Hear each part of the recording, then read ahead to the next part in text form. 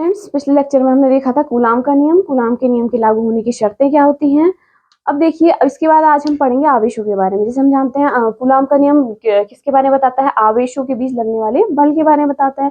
तो ये आवेश आए कहाँ से, चार्ज, ठीक है। और चार्ज क्या होता है, इनकी प्रॉपर्टीज क्या होती हैं, ये हम आज पढ़ेंगे, ठीक है। तो देखिए, जनरली जब क्या होता है कि दो वस्तुओं को हम आपस में रगड़ते हैं, ठीक है, तो उनमें क्या होता है कि जो हल्की वस्तुएं होती हैं उनको आकर्षित करने का गुण आ जाता है, ठीक है।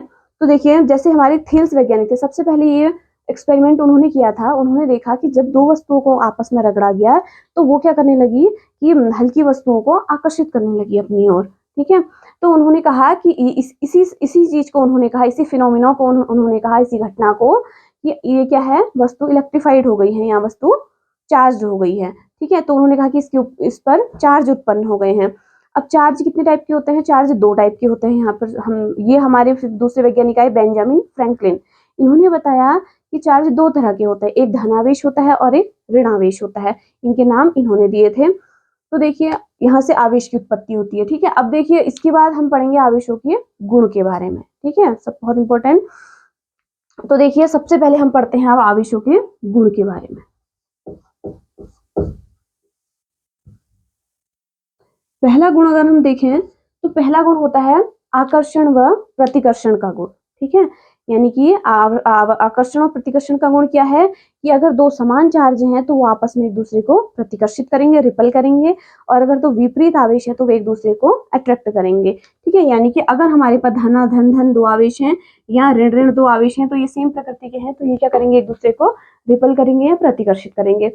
और अगर सिमिलरली ये दो धन और ऋण हो यानी कि विपरीत प्रकृति के हो जाए तो ये दोनों एक दूसरे को अट्रैक्ट करेंगे। तो पहला गुण ये होता है आवेशों का।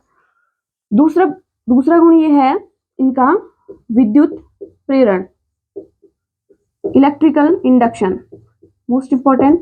देखिए, विद्युत प्रेरण क्या होता है कि जब हम किसी आवेशित वस्तु को किसी उदासीन वस्तु के निकट लाते हैं, यानी कि कोई चार्ज है, जैसे ये हमारे पास कोई चार्ज वस्तु है हमारे पास, हम इसको लाए एक उदासीन वस्तु के पास जो चार्ज नहीं है, ठीक है। तो इसमें क्या, ये क्या करती है कि इसको अपनी ओर आकर्षित करने लगती है, इसको क्या करने लगती है, अपनी ओर अट्रैक्ट करने लगती है। इसी को कहा जाता है विद्युत प्रेरण।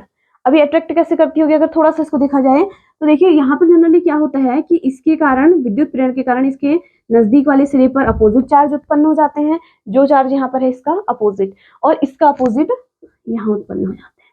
तो इस तरीके से क्या करने लगती है, उसको अट्रैक्ट करने लगती है। ये कहलाता है विद्युत प्रेरण का गुण, ठीक है। तो और अगर हम इसका अब थर्ड प्रॉपर्टी देखें तो थर्ड प्रॉपर्टी होती है आवेशों के योग का गुण। अच्छा, योग का गुण क्या है, जैसे अगर हमारे पास कोई भी सिस्टम है, कोई भी निकाय है, जैसे ये है, कोई भी निकाय हम मान लेते हैं, इसमें हमारे पास Q1 चार्ज यहाँ पर है, -Q2 है, Q3 है, Q4 है, ऐसे बहुत से चार्ज हम मान लेते हैं हमारे पास यहाँ पर है। तो इस निकाय का टोटल चार्ज क्या होगा, इस पूरे निकाय का मान लेते हैं टोटल चार्ज इसका कैपिटल Q है। तो इसका जो टोटल चार्ज होगा Q, वो इन छोटे छोटे आवेशों के सबके योग के बराबर होगा। अब योग में क्या होगा, पहले हमारे पास Q1 चार्ज था, फिर हमारे पास क्या है, सबको योग कर देते हैं, और ये कौन सा है, -Q2 चार्ज है, प्लस इसके बाद Q3 प्लस Q4। तो इसके यहाँ से हमारा आ जाता है Q1 -Q2 plus Q3 plus Q4। तो हमने ये होता है इसका आवेशों के योग का गुण, कि किसी निकाय का जो पूरा आवेश होता है इसके सभी आवेशों के योग के बराबर होता है, ठीक है। तो अब इसकी चौथी प्रॉपर्टी हम देखते हैं, आवेशों के संरक्षण का गुण।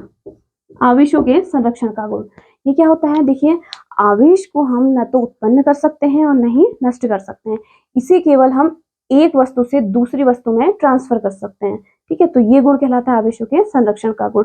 जैसे कोई भी वस्तु चार्ज है कहेंगे तो हम क्या कहेंगे, उसमें चार्ज अपने आप उत्पन्न नहीं हो गए, उसने क्या हुए, या तो उसने एक इलेक्ट्रॉन डोनेट किया या एक इलेक्ट्रॉन एक्सेप्ट किया, तब उसमें चार्ज उत्पन्न हो। जैसे अगर हम इसको देखें तो मान लीजिए, जैसे यहाँ पर हमारे पास कोई भी ये है एटम, मान लीजिए यहाँ पर इलेक्ट्रॉन्स हैं, बाहरी कक्षा में क्या घूमते हैं, इलेक्ट्रॉन्स घूमते हैं। अगर हम कह रहे हैं कि इसने एक इलेक्ट्रॉन दूसरे को डोनेट कर दिया, इसको, तो इसने डोनेट किया है तो इस पर तो आ जाएगा पॉजिटिव चार्ज, क्योंकि डोनेट करने वाला क्या होता है, धनी होता है। यहाँ पर क्या आ गया, धन आ गया, पॉजिटिव। अब इसने क्या कर लिया, करा यहाँ से, इस इलेक्ट्रॉन को यहाँ से इधर इसने एक्सेप्ट कर लिया, तो जो उधार लेता है या ऋण लेता है वो क्या होता है, ऋणी होता है, तो इस पर आ गया नेगेटिव चार्ज। ठीक है, तो हमारा जनरली समझाने का मतलब ये है कि ये आवेश अपने आप उत्पन्न नहीं हुए, इसमें क्या हुए, म्यूचुअल ट्रांसफर से या स्थानांतरण से। ये स्थानांतरण हुआ, एक इलेक्ट्रॉन का यहाँ से यहाँ स्थानांतरण हुआ, इसमें पॉजिटिव चार्ज आ गया, इसमें नेगेटिव चार्ज आ गया। ठीक है, ये हो गया। अब अगर हम इसकी पांचवी प्रॉपर्टी देखते हैं, अगली प्रॉपर्टी, तो ये है वेग, वेग पर प्रभाव आवेशों। तो देखिए वेग का प्रभाव, तो देखिए आवेशों पर क्या होता है, किस आवेश पर वेग का कोई इफेक्ट नहीं पड़ता है। ठीक है, वेग का कोई भी प्रभाव नहीं पड़ता। जैसे एक इलेक्ट्रॉन का चार्ज होता है -1.6 इंटू 10 की पावर -19 कूलाम होता है एक इलेक्ट्रॉन का चार्ज। अब अगर हम इस इलेक्ट्रॉन का वेग कितना ही बढ़ा दें या कितना ही घटा दें, तो इसके चार्ज पर इसका कोई इफेक्ट नहीं पड़ेगा, यानी कि इसका चार्ज यही रहेगा, चाहे हम इसकी स्पीड कितनी ही क्यों ना कर दें। लास्ट में 6 आता है क्वांटीकरण का गुण। क्वांटीकरण ये बहुत इंपॉर्टेंट है। तो ये क्वांटीकरण का गुण क्या होता है, आवेश हमेशा क्या होते हैं, क्वांटम रूप में होते हैं ट्रांसफर कहीं भी। जैसे अगर हम कहेंगे कि किसी भी वस्तु पर कोई भी आवेश है, ठीक है, कोई किसी वस्तु पर आवेश, उस वस्तु पर, जैसे ये क्यों आवेश है किसी भी वस्तु पर, तो इलेक्ट्रॉन के आवेश के पूर्णांक गुणज के बराबर होता है। किसी भी वस्तु पर आवेश जो होता है एक इलेक्ट्रॉन के आवेश के पूर्णांक गुणज के बराबर होता है, जहां पर n क्या है, 1 2 3 अप टू 100। ठीक है, तो ये हो गया आवेश की क्वांटीकरण का गुण, यानी कि आवेश का एक इलेक्ट्रॉन पर नहीं। जैसे अगर हम देखें इसको, अगर हम समझना चाहें तो हम कैसे कर सकते हैं, समझ सकते हैं। देखिए हमेशा इलेक्ट्रॉन क्या होगा, पूरा ट्रांसफर होगा। ठीक है, अगर ये ऐसा क्यों है, क्योंकि इलेक्ट्रॉन क्या होगा, पूरा ट्रांसफर हो। कहीं पर ऐसा तो नहीं है कि आधा इलेक्ट्रॉन ट्रांसफर हो गया, 3/2 इलेक्ट्रॉन ट्रांसफर हो गया, 0.7 इलेक्ट्रॉन ट्रांसफर हो गया।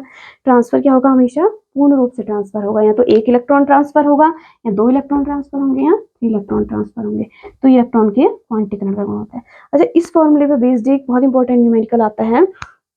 अगर हम उस न्यूमेरिकल को देखें तो देखिए, अगर ये न्यूमेरिकल आए कि 1 कूलाम आवेश में इलेक्ट्रॉनों की संख्या कितनी होगी,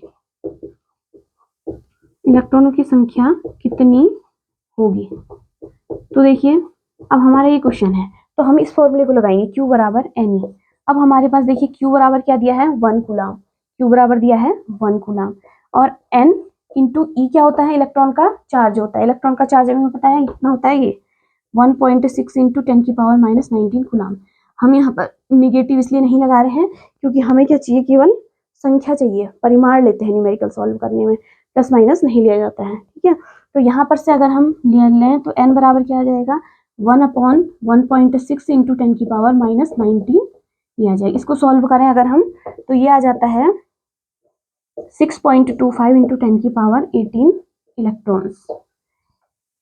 ठीक है, तो यहाँ पर से देखिए क्या आता है, 1 कूलाम आवेश में इलेक्ट्रॉनों की संख्या होती है इतनी, 6.25 इंटू 10 की पावर 18 इलेक्ट्रॉन, या 625 गुणा 10 की घात 16 इलेक्ट्रॉन कह सकते हैं इसको। ठीक है, अगर अब देखिए यही अगर 2 कूलाम के लिए आ जाए तो इसका क्या हो जाएगा, तो Q की जगह हम रख देंगे 2।